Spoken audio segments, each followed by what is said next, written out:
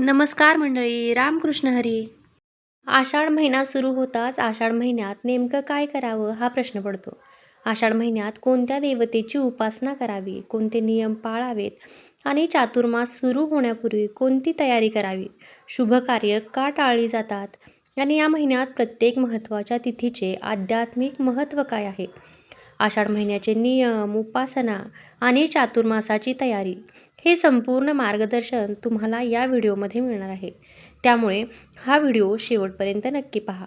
हिंदू पंचांगातील आषाढ महिना हा अत्यंत पवित्र मानला जातो. पावसाळ्याची सुरुवात, निसर्गातील बदल आणि आध्यात्मिक साधनेची सुरुवात यांचा हा महिना आहे. पुराणांनुसार या महिन्यात पृथ्वीवर सात्विक ऊर्जा वाढते. त्यामुळे जप, तप, दान आणि उपासना यांचं फळ अनेक पटींनी प्राप्त होतं असं सांगितलं जातं. याच महिन्यात देवशयनी एकादशी येते. या दिवशी भगवान श्रीहरी विष्णू क्षीरसागरात योग निद्रेत जातात आणि त्यानंतर 4 महिन्यांचा चातुर्मास सुरू होतो. त्यामुळेच आषाढ महिना हा आध्यात्मिक तयारीचा महिना मानला जातो. आषाढ महिना म्हटला की सर्वप्रथम आठवण येते ती पंढरपूरच्या वारीची. संत ज्ञानेश्वर महाराज, संत तुकाराम महाराज आणि अनेक संतांच्या पालख्या हजारो वारकऱ्यांसह विठुरायाच्या भेटीस पंढरपुराकडे जातात. या वारीतून आपल्याला 3 मोठे संदेश मिळतात: भक्ती, समता आणि सेवा. नामस्मरण करत चालणारा वारकरी आपल्याला शिकवतो की जीवनात कितीही संकट आली तरी देवावरचा विश्वास सोडू नये. आता आषाढ महिन्यात नेमकं काय करावं, तर दररोज नामस्मरण करावं. या महिन्यात सकाळी किंवा संध्याकाळी किमान 10 ते 15 मिनिट देवाचं नामस्मरण करा. तुम्ही काही मंत्रांचा जप करू शकता, जसं की ओम नमो भगवते वासुदेवाय, श्री विठ्ठल विठ्ठल जय हरी विठ्ठल, विष्णू सहस्रनाम, रक्षास्तोत्र, रामरक्षास्तोत्र, श्रीसूक्त हे मंत्रजाप तुम्ही करू शकता. त्याचबरोबर एकादशीला विशेष मंत्रांचा जप तुम्ही करू शकता. मात्र एकादशीच्या दिवशी कोणते मंत्र जपावेत या संबंधित वेगळा व्हिडिओ तुम्हाला आपल्या चॅनलवरती पाहायला मिळेल. शास्त्रानुसार कलियुगात नामस्मरण हा सर्वात सोपा आणि प्रभावी साधनेचा मार्ग मानला जातो. दुसरी गोष्ट, चातुर्मास सुरू होण्यापूर्वी देवघर स्वच्छ करा. हे अत्यंत शुभ मानलं जातं. पुराणांमध्ये सांगितलंय की ज्या घरात स्वच्छता, सात्विकता आणि भक्तिभाव असतो त्या घरात देवी लक्ष्मीचा वास कायम राहतो.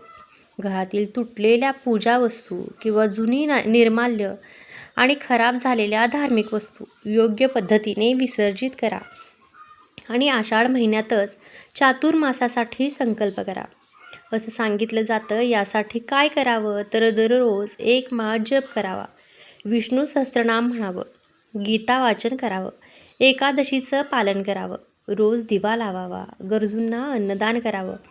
यासारख्या गोष्टी आवर्जून कराव्यात. कारण या संकल्पनामुळे मन शिस्तबद्ध होतं आणि आध्यात्मिक प्रगती जलद गतीने होते असं सांगितलं जातं. आणि असे बऱ्याच जणांचे अनुभवसुद्धा आहेत. हा अनुभव तुम्हालाही आला असेल तर कमेंट बॉक्समध्ये नक्की सांगा. आता शास्त्रात अन्नदान हे श्रेष्ठ दान मानलं गेलं आहे. त्यामुळे पावसाळ्यात गरजू व्यक्तींना, विद्यार्थ्यांना किंवा प्राण्यांना अन्नदान करावं, वस्त्रदान करावं. हे सुद्धा अत्यंत पुण्यकारक मानलं जातं.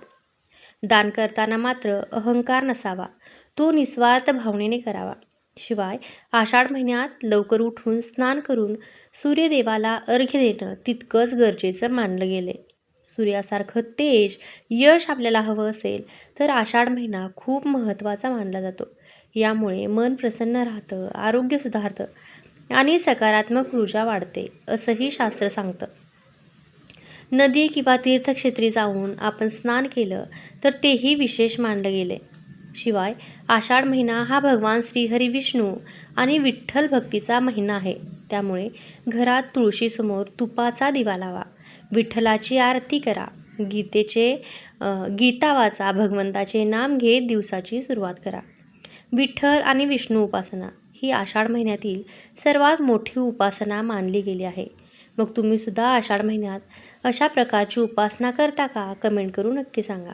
आता आषाढ महिन्यात काय करू नये तर दैवशैली एकादशीनंतर भगवान श्रीहरी विष्णू योग निद्रेत जातात. म्हणून पारंपरिक पद्धतीने विवाह, गृहप्रवेश, मुंज यासारखी अनेक मोठी शुभ कार्य चातुर्मासात केली जात नाहीत.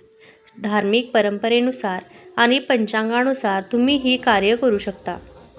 त्याचबरोबर पावसाळ्यात पचनशक्ती कमी होत असल्याचं आयुर्वेद सांगतं. म्हणून तामसिक आहार घेऊ नये, ज्यामध्ये तेलकट, तिखट आणि जड अन्नसुद्धा कमी खावं असं म्हटलं जातं. सात्विक आहार घ्या, फळं घ्या आणि हलका आहार घ्या, तो अधिक लाभदायक मानला जातो. शिवाय शास्त्र सांगतं की या 4 महिन्यात मन शुद्ध ठेवणं हीच सर्वात मोठी साधना आहे. म्हणून शक्यतो वाद टाळा, खोटं बोलणं टाळा, वाईट सवयी सोडण्याचा प्रयत्न करा असंही सांगितलं जातं. आता अनेक घरांमध्ये आषाढ महिन्याच्या शेवटी पुरणपोळी, वडे, भजी किंवा इतर पारंपरिक पदार्थ बनवण्याची ही प्रथा आहे. त्यामागे धार्मिक कारणांसोबत आरोग्यविषयक विचारही आहेत. चातुर्मासात साधा, सात्विक आणि संयमी आहार सुरू करण्यापूर्वी हा पारंपरिक आहार घेतला जात असतो, ज्याला आषाढ तळण असं म्हणतात. तुमच्याकडे सुद्धा हे आषाढ तळण करत असतात का, तेही कमेंट करून सांगा. आता आषाढ महिन्यात महत्त्वाची तिथी येतात, त्या म्हणजे देवशैनी एकादशी. या दिवशी उपवास, विठ्ठल नामस्मरण आणि विष्णू पूजन करावं. याच दिवसापासून चातुर्मासाची सुरुवात होते. शिवाय गुरुपौर्णिमा येते. हा दिवस आपल्या गुरूंप्रती कृतज्ञता व्यक्त करण्याचा आहे. महर्षी व्यास यांचा जन्मदिवस म्हणून हा दिवस साजरा केला जातो. त्याचबरोबर गुरु म्हणजे अंधकारातून प्रकाशाकडे नेणारा गुरु आहे. त्यामुळे गुरूंची सेवा सर्वात उत्तम मानली जाते. या व्यतिरिक्त दीप अमावस्या याच काळात येते. या दिवशी घरातील दिव्यांची पूजा केली जाते. दीप म्हणजे ज्ञान, प्रकाश आणि सकारात्मक ऊर्जा आहे. या दिवशी घरातील सर्व दिवे स्वच्छ करून पूजन करण्याची ही परंपरा आहे. आता या सर्व सणांवर संबंधित संपूर्ण माहिती, पूजाविधी, पूजेची वेळ तुम्हाला आणखी एका व्हिडिओमध्ये आपल्या चॅनलवरती नक्कीच बघायला मिळेल. त्यामुळे चॅनलला नक्की सबस्क्राईब करून ठेवा, ज्यामुळे तुम्हाला संपूर्ण सणावारांची किंवा धार्मिक माहिती सगळ्यात अगोदर तुमच्यापर्यंत पोहोचेल. आता पद्मपुराणात वर्णन केलं आहे की देवशैनी एकादशीच्या दिवशी भगवान श्रीहरी विष्णू योग निद्रेत जात असतात. या काळात देवताही जप, तप, ध्यान आणि साधनेला अधिक महत्त्व देतात. म्हणूनच मनुष्यानेही या 4 महिन्यात संयम, शक्ती आणि सत्कर्माचा मार्ग स्वीकारावा असं सांगितलं जातं. वारकरी संप्रदायात संतांनी नामस्मरणाला सर्वश्रेष्ठ साधन मानले. संत तुकाराम महाराज म्हणतात की नामातच सर्व सुख सामावलेलं आहे.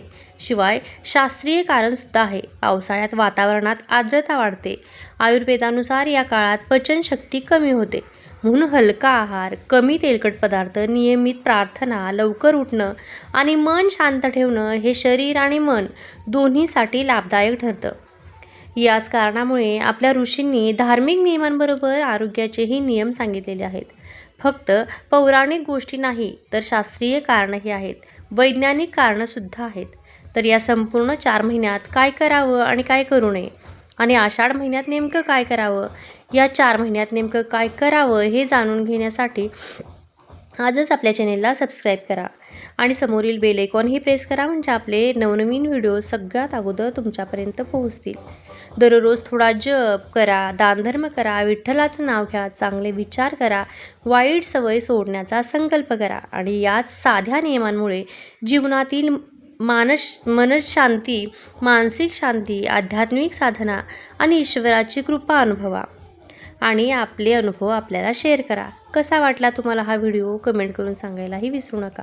अशाच नवनवीन व्हिडिओजसाठी चॅनेलला सबस्क्राईब करा. धन्यवाद.